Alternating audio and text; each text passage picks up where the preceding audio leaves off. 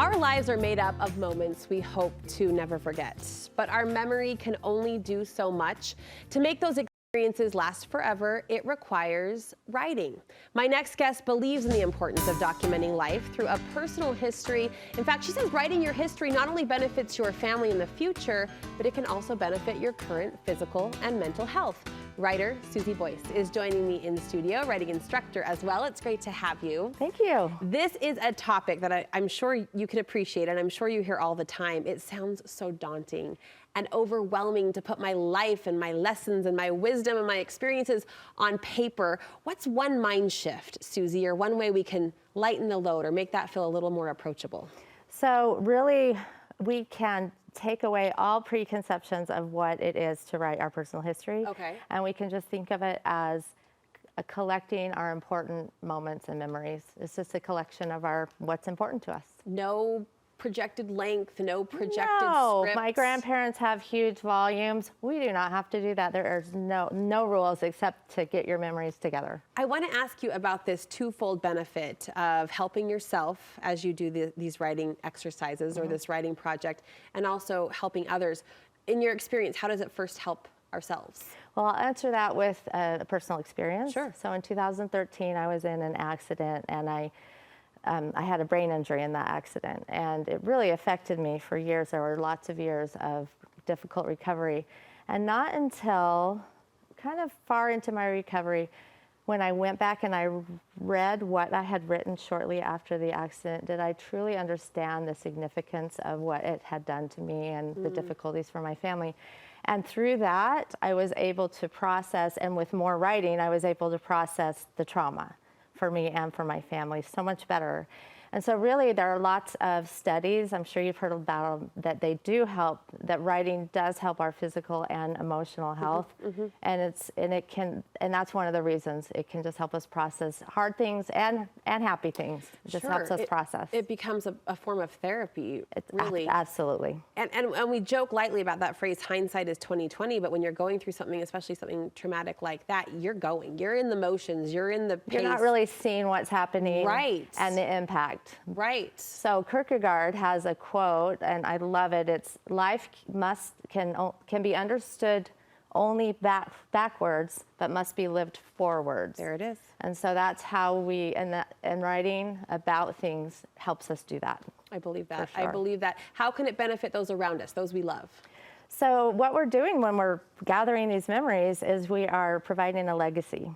And it helps people who know us, especially further generations, our children, helps them understand why we did what we did, our motivations, and it just helps them understand us on a much deeper level than, for example, just seeing pictures. I learned so much about my grandma when I read her personal history, and Exactly. unfortunately it wasn't until, I'd paged it, but until she'd passed away did I go back and read that experience through now a more mature lens on my end. It was so insightful, and I gleaned so much about her and also things that can help me. It truly is a treasured gift. It is, and I have a similar experience with my father, actually.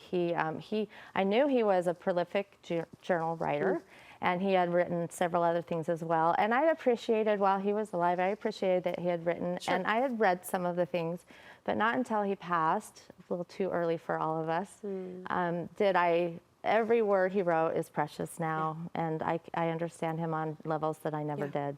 Yeah. And I think a lot of people, as we talk about maybe the notions around a personal history, they think, oh, it's a someday project. It's on the shelf for now. When my kids leave the house, when I'm retired, when I have the time, then I'll get to it. It is important. It's a box I want to check. But you say you should be writing your history right now. You should. I do say that, and it's hard. It's hard to say, to think, I just don't have the time. I understand that. And so there are a few reasons why it's really important. And one example is my mother-in-law. So I never met her because she passed before I met my husband. And so the one way that I understand who she is through what she wrote. And so probably who your husband is too. Oh, for sure. Yeah. And the whole family dynamic. Yeah. And so everything she wrote is so important to me. Right. And it becomes just precious. One of my very favorite journal entries that she wrote, she was a little older when she married, and she had 4 boys in rapid succession. Okay. And so and my husband was the youngest of those four. Is he the rib popper on the left? Okay, yes, we just saw a cute picture. Yes, he's the youngest, yes. So around that time, she wrote a 4-word entry that is my favorite, and it is 4 too many boys. That's the entry.